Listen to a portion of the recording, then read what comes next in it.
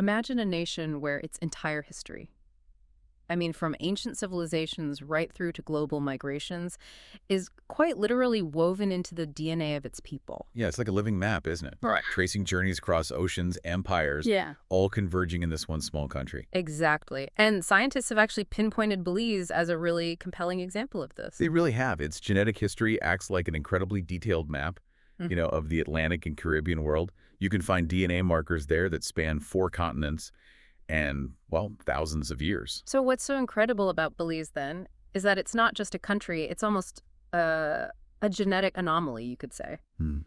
What scientists have found there seems to fundamentally reshape how we understand human diversity. It shows how an entire planet's worth of genetic stories can converge in one place. Yeah, it's quite something.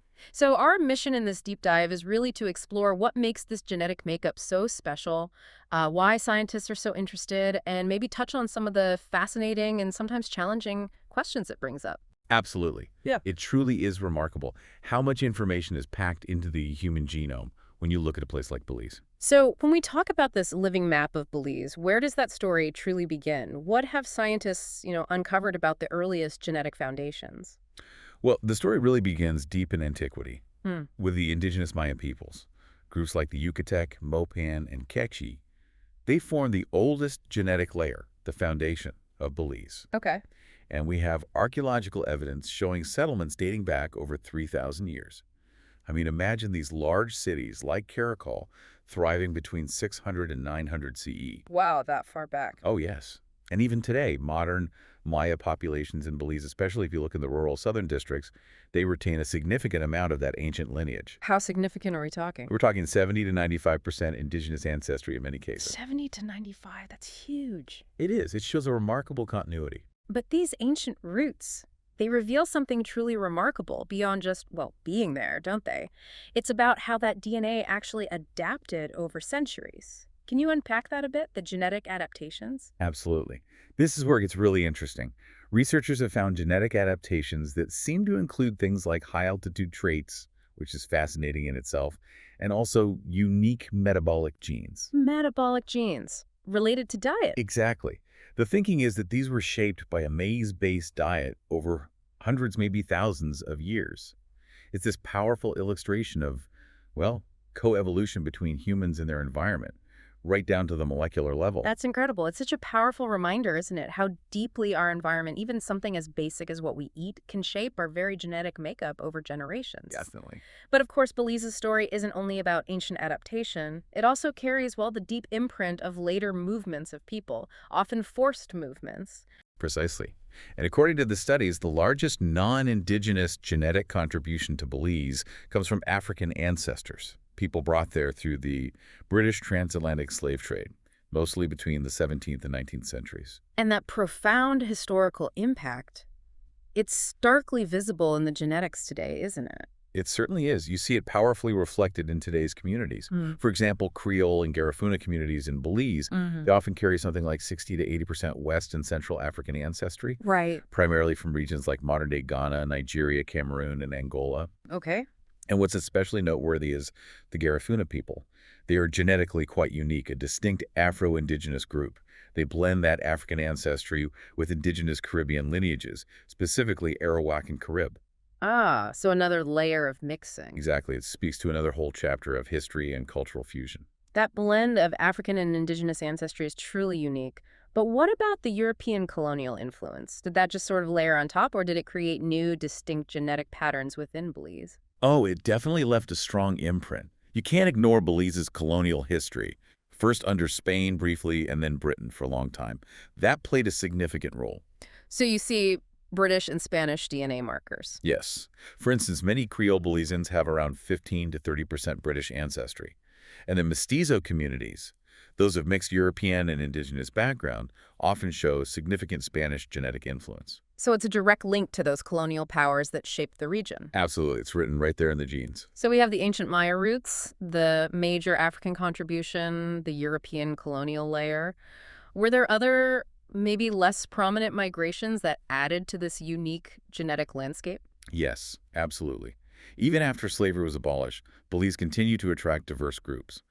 The country saw migrations from places like East India, China, even Lebanon, and also German-speaking Mennonites. Really, all those groups too. Mhm. Each of these groups, though maybe smaller in number overall, contributed their own distinct genetic signatures. And these are still detectable in the population today.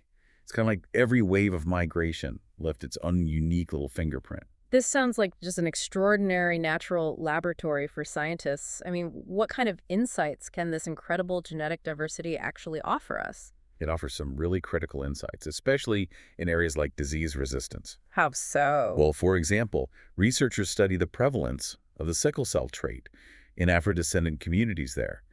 Understanding how these genes function in this specific population context can tell us a lot. Right, about adaptation and health risks. Exactly.